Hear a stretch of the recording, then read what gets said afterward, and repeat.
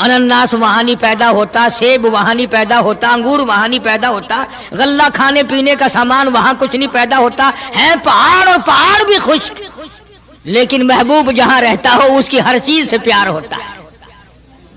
یہ مثال دینی تو نہیں چاہیے، ویسے سمجھانے کے لیے کہتا ہوں۔ مجنو کو ایک اونٹ والا آدمی مل گیا، اس نے مجنو نے پوچھا کہ تو کہاں چلا ہے؟ تو مشہور تو تھا ہی، لوگ جانتے تھے کہ یہ مجنون نے کہا لیلا کے شہر چلاؤں کہ میرا سلام کہیو بہت بہت، کہ اچھی بات۔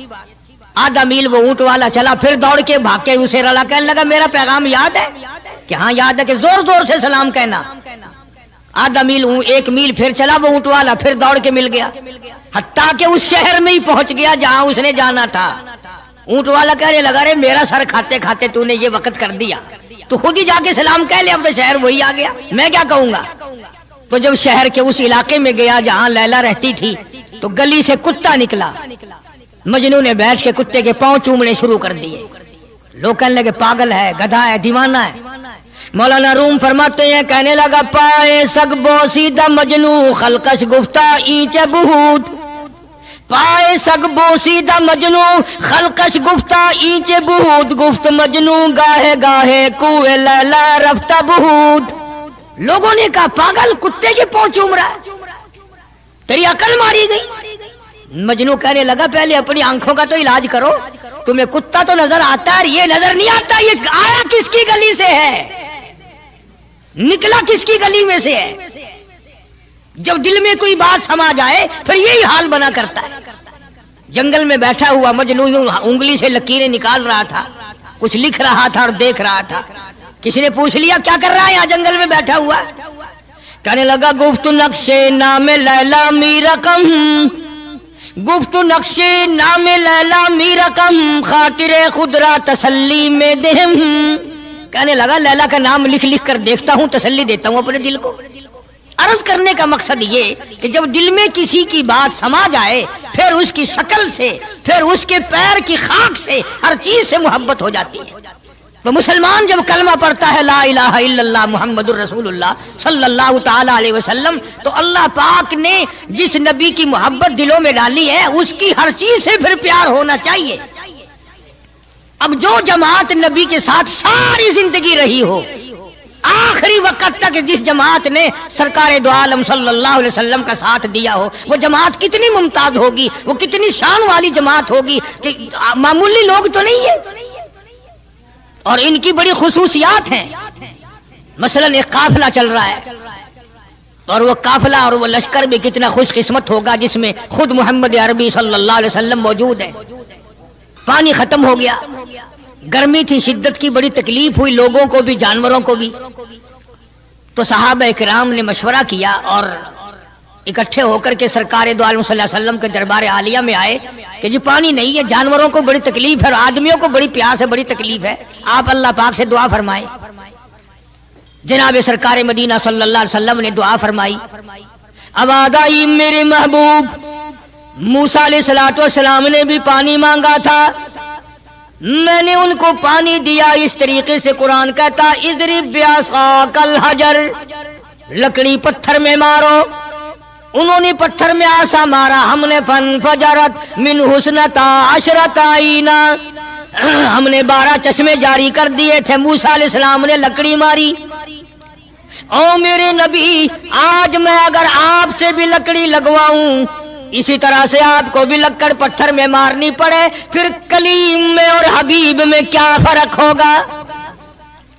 وہ کلیم اللہ ہے، آپ حبیب اللہ ہیں، آپ کو لکڑی مارنے کی ضرورت نہیں۔ یہ پیاری پیاری انگلیاں جو یتیم کے سر پہ پھرتی ہیں، یہ پیاری پیاری انگلیاں جو ہر صحابی کے ساتھ مسافہ ہونے میں ملتی ہیں، غریبوں کے لیے دعا کے لیے اٹھتی ہیں، میرے محبوب صلی اللہ علیہ وسلم یہی پیاری پیاری انگلیاں ایک پانی کے برتن میں آپ رکھ دیں، مجھے اپنی کبریائی کی قسم سارے قافلے کو ان انگلیوں سے نکلا ہوا پانی پلا دوں گا۔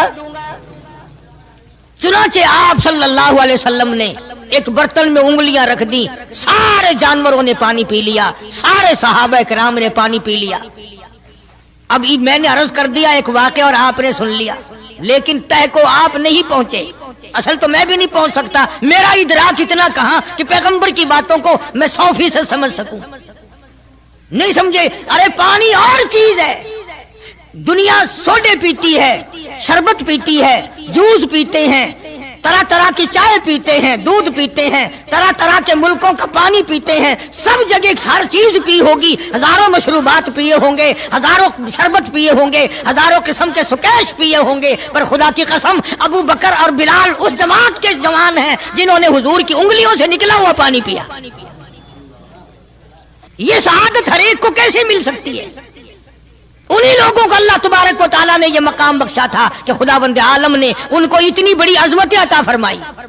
اور میں تو یہ کہا کرتا ہوں کہ صحابہ کرام کی نمازوں کو بھی ایک طرف رکھو, روزوں کو بھی ایک طرف رکھو, جہاد کو ایک طرف رکھو, ان کی فاقہ اور ان کا پیاسا مرنا اللہ کے راہ میں, ان ساری چیزوں کو ایک طرف رکھو. یہ بات ان کی کوئی کمی ہے کہ آنکھ بلال کی ہو اور امام الانبیاء کا چہرہ انور ہو؟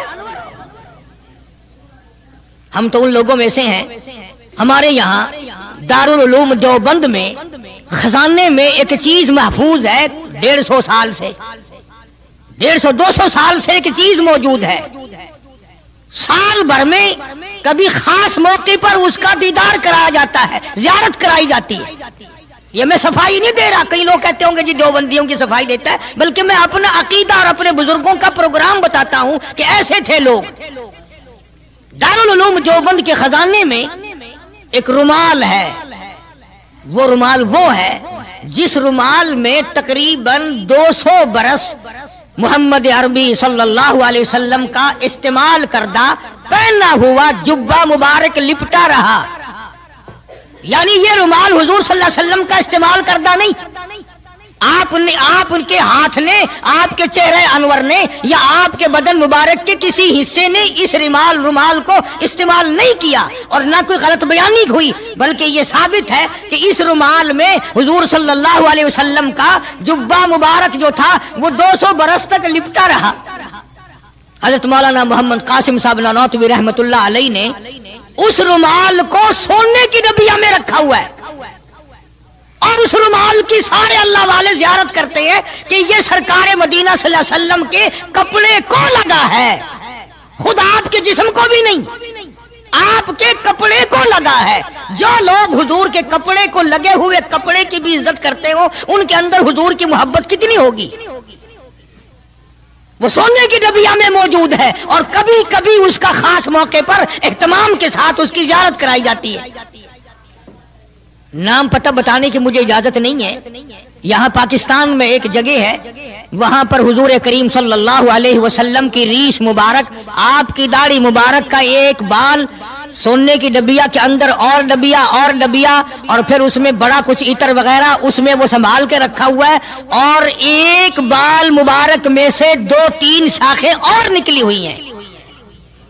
میں یہ عرض کر رہا تھا کہ جو لوگ آپ کے نالین مبارک کی بھی عزت کرتے ہوں, ان کے خود اپنے دلوں میں کتنی محبت اور عظمت ہوگی. حدیث پاک کی ایک کتاب ہے جامع ترمذی, عربی مدارس میں پڑھائی جاتی ہے. اس کتاب میں سرکار مدینہ صلی اللہ علیہ وسلم کا حلیہ نقشہ موجود ہے. تمہارے دل میں تو کبھی یہ محبت بھی نہ اٹھی کہ کم سے کم ہم کبھی کتابوں میں حالات میں سنے تو صحیح, آپ کی شکل مبارک کس طرح کی تھی, رنگ مبارک کیسا تھا, انگلیاں مبارک کیسی تھی, چہرہ انور کیسا تھا. کتابوں میں سب کچھ موجود ہے. تم عادی بن گئے دوڑے سننے کے, غلط باتیں سننے کے, اصل بات رہی گئی. تو میں بتانا یہ چاہتا ہوں کہ جامع ترمذی کتاب جو ہے حدیث پاک کی, اس میں آپ صلی اللہ علیہ وسلم کی چپل مبارک کا نقشہ ہے, آپ کی نالین مبارک کا نقشہ ہے, یعنی سرکار دو عالم صلی اللہ علیہ وسلم کی جوتی مبارک کا نقشہ ہے. اب وہ ہے اس زمانے کی بالکل سادہ چپل ہے, پہاڑی قسم کی. تو میرے بزرگوں کا اور میرے اکابر کا, علماء دیوبند کا یہ عقیدہ ہے کہ اگر کوئی آنکھوں سے وہ نقشہ دیکھ لے, توجہ کرنا, اور دل میں یہ خیال لائے ہیں یہ بھی کوئی جتی ہے, باٹا والے اتنی اچھی بناتے ہیں, سروس والوں کی اتنی چپلیں اچھی ہیں, فلانے ملک کی اتنی اچھی ہیں, امریکہ میں یوں بنتی ہیں, ہمارے یہاں کمپنیاں یوں بناتی ہے, یہ تو کوئی خاص چپل نہیں. ہمارے بزرگوں نے لکھا ہے جس کے دل میں اتنی سی بات آئی ایمان چلا گیا. ایمان نہیں رہے گا، اس لیے کہ اس ذات کی نالین مبارک کی عزت بھی فرض ہے۔ آئی بات سمجھ میں؟ یعنی کس قدر عظمت ہے، کس قدر محبت ہے اور کس قدر تعلق ہے محمد عربی صلی اللہ علیہ وسلم کی ذات سے ان لوگوں کو۔ مولانا رشید احمد صاحب گنگوہی رحمت اللہ علیہ رمضان المبارک میں مدینے پاک سے مرید کھجوریں لا کے دے دیتے، تو آپ مریدین کو کھجوریں تقسیم فرماتے اور فرماتے گٹھلیاں مجھے واپس کر دو، کھجوریں کھا کر گٹھلیاں واپس دے دو۔ حضرت کیا کرتے؟ ان گٹھلیوں کو اکٹھا کر کے ہاون دستے میں کوٹ کر صفوف بنا کر رکھ لیتے، اور رمضان شریف میں جس پانی سے روزہ افطار کرتے وہ گٹھلیوں والا صفوف اس میں ملا کر پیتے کہ یہ میرے آقا کے شہر کی گٹھلیاں ہیں۔ کتنی بڑی عزت ہے۔ اس زمانے میں بجلیاں نہیں ہوتی تھی، چراغ جلتے تھے حضور کریم صلی اللہ علیہ وسلم کے گنبد خضرا پہ، جہاں ہر وقت اللہ کی رحمتیں برستی ہیں۔ اللہ ہر ایک کو زیارت نصیب فرمائے۔ 24 گھنٹے فرشتے سلام پڑھ رہے ہیں، صلات پڑھ رہے ہیں، درود پاک پڑھ رہے ہیں، چاروں طرف سے رحمت ہی رحمت برس رہی ہے۔ تو زیتون تیل جلتا تھا، کسی مرید نے حضرت کو لا کے وہ چراغ کا بچا ہوا تیل، ایک تو زیتون ویسے بکبکا ہوتا ہے، زیتون کا تیل کوئی ذائقے دار نہیں ہوتا، ویسے ہی بکبکا، اور پھر اس چراغ کا بچا ہوا جو جل چکا ہو اور بھی زیادہ بدبودار ہو جاتا ہے۔ لیکن مولانا رشید احمد گنگوہی رحمت اللہ علیہ کو جب کسی نے لا کے دیا تو حضرت نے وہ بچا ہوا چراغ کا تیل کھڑے ہو کے پیا۔ تو کسی نے پوچھا حضرت یہ کیوں؟ فرمایا تجھے کیا معلوم ہے، یہ اس چراغ کا بچا ہوا تیل ہے جو کالی کملی والے صلی اللہ علیہ وسلم کے روضہ اقدس پہ جل رہا تھا۔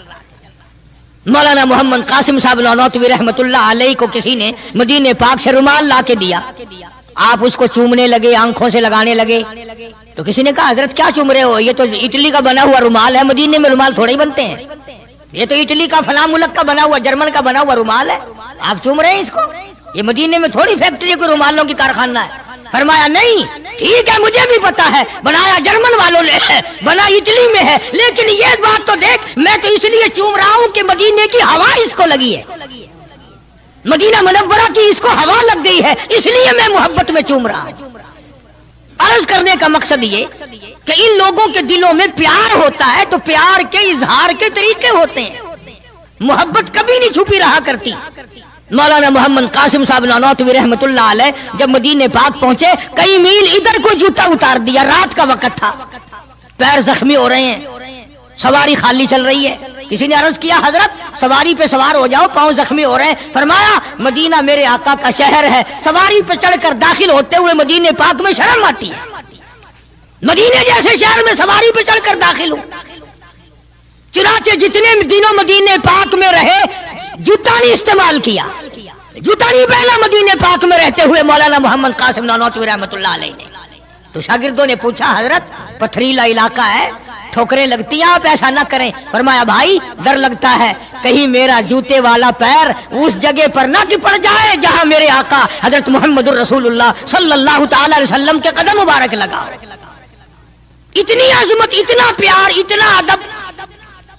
امام مالک رحمت اللہ علیہ نے ساری عمر مدینے پاک میں گزاری، لیکن میں ذمہ داری سے کہتا ہوں 3 میل کے اندر اندر امام مالک نے کبھی پیشاب پخانہ نہیں کیا، مدینے شہر میں امام مالک نے کبھی پیشاب پخانہ نہیں کیا۔ فرماتے تھے میرے آقا کا شہر ہے، مجھے شرم آتی ہے، اس کا نام عظمت ہے، اس کا نام محبت ہے۔ 2 غزلیں گا لینا یا 2-4 شعر پڑھ لینا اور نہ نماز پڑھنا، نہ روزے رکھنا، نہ قرآن کی تلاوت کرنا، نہ درود شریف کا ورد کرنا اور نہ صحابہ کرام کا ذکر خیر کرنا، یہ محبت کا معیار تمہیں بتایا کس نے ہے؟ تمہیں شکلوں سے پتہ نہیں چلتا کہ یہ حضور کریم صلی اللہ علیہ وسلم کا محبت کرنے والا یا نہیں کرنے والا؟ کیسے محبت کا معیار اپنا سکتے ہیں وہ لوگ، چرس پینے والے، فیم کھانے والے، بھنگ پینے والے، کتوں سے ہر وقت کھیلنے والے، وہ کبھی آقا دو عالم صلی اللہ علیہ وسلم کے خادم ہو ہی نہیں سکتے۔ مولانا محمد قاسم صاحب نانوتوی رحمت اللہ علیہ صحابہ صفہ کے چبوترے تک جاتے ہیں، سلام کے لیے جاتے ہیں، لیکن صحابہ کرام صفہ رضی اللہ تعالیٰ عنہم اجمعین کے چبوترے کے قریب سے رو کر واپس آ جاتے ہیں۔ شاگردوں نے پوچھا حضرت آگے کیوں نہیں تشریف لے جاتے؟ فرمایا بھائی گھبراہٹ ہوتی ہے، شہنشاہ کا دربار ہے، شہنشاہ بادشاہ کائنات کا دربار ہے، مجھے ڈر لگتا ہے آگے جاتے ہوئے، شرم آتی ہے۔ کئی دنوں کے بعد ماجہ شریف تک گئے، جالیوں کے قریب تک گئے اور وہاں جا کر کے سلام عرض کیا تو مولانا محمد قاسم صاحب نانوتوی رحمت اللہ علیہ ہنستے ہوئے واپس تشریف لائے۔ کسی نے پوچھ لیا اللہ والے کئی دنوں سے تو دیکھا روتے ہوئے واپس آیا کرتے تھے، آج مسکراتے ہوئے آئے ہو؟ فرمایا الحمدللہ کام بن گیا، کام بن گیا۔ اس کسی نے پوچھ لیا کیا کام بن گیا؟ فرمانے لگے تمہیں کیا معلوم ہے میرے آقا کا مجھ پہ اتنا کرم تھا، میرے آقا کا مجھ پہ اتنا کرم تھا، بھر دیا میرا دامن پھیلانے سے پہلے، میرے آقا کا مجھ پہ اتنا کرم تھا، نشہ رنگ لایا پلانے سے پہلے، اور بھر دیا میرا دامن پھیلانے سے پہلے، مجھے کالی کملی والے صلی اللہ علیہ وسلم نے دودھ پلا دیا، علم حدیث پلا دیا۔ عجب انداز کے لوگ ہیں، عشق ان جیسا۔ باہر تشریف لائے، نعتیہ کلام تو دیکھو، عشق کے بغیر ایسا کون کہہ سکتا ہے؟ یوں فرماتے ہیں جیوں تو سگانے، جیوں تو سگانے حرم کے ساتھ پھروں، او میری مولا بقایا زندگی اگر میری ہے، میرا مدینے کے کتوں میں شمار کر دے، میں بڑا راضی۔ جیوں تو سگانے حرم کے ساتھ پھروں، اور مروں تو کھائے مجھ کو مدینہ کے مرغ و مار، میں مدینے میں مر جاؤں، مدینے کے پرندے مجھے کھا جائے، میں بڑا راضی۔ کیا انداز ہے ان لوگوں کا۔ اور ایک بڑے عظیم بزرگ اسی زمانے کے ہیں مولانا محمود الحسن صاحب شیخ الہند صاحب کا رحمت اللہ علیہ، بڑے بڑے عجیب لوگ تھے۔ کلام تو ان لوگوں کا حق تھا نا جو ہر وقت نبی صلی اللہ علیہ وسلم کی یاد میں مگن رہتے تھے، اسی لگن میں لگے رہتے تھے، اسی سود و گداد میں، اسی محبت میں ہر وقت رہتے تھے۔ مولانا شیخ الہند رحمت اللہ علیہ جنت کو خطاب کر کے کہتے ہیں، فرماتے ہیں او جنت میں نے مانا کہ تجھ میں حور و قصور رہتے ہیں، او جنت میں نے مانا کہ تجھ میں حور و قصور رہتے ہیں، اور یہ بھی میں نے مانا کہ ضرور رہتے ہیں۔ کیا تخیل ہے حضرت شیخ الہند رحمت اللہ علیہ کا۔ فرمایا او جنت آ میرا طواف کر کہ میرے دل میں حضور رہتے ہیں صلی اللہ علیہ وسلم۔ بڑی عجیب بات کہی۔ اور جنت تیری ساری نعمتیں، تیرے سونے کے مکانات، تیری چاندی کی اینٹیں، تیرے مشک و عنبر سے بنے ہوئے گارے کے محلات، تیری نہریں، تیری حوریں، تیرے قصور، تمام نعمتیں، آؤ ساری میرے طواف کرو، اس لیے کہ میرے دل میں کالی کملی والے بسے ہوئے صلی اللہ علیہ وسلم۔ عرض کرنے کا مقصد یہ کہ یہ لوگ تھے جو نبی کی ہر چیز سے پیار کرتے تھے، رنگ سے، روپ سے، شہر سے، حالات سے، در و دیوار سے، ساری چیزوں سے۔ اللہ جس کو نصیب کر دے یہ ہر ایک کو تھوڑا ہی ہوتا ہے۔ مولانا قاضی احسان احمد صاحب شجاع آبادی رحمت اللہ علیہ فرماتے تھے اس زمانے میں عرب میں غربت تھی، نہ سونا تھا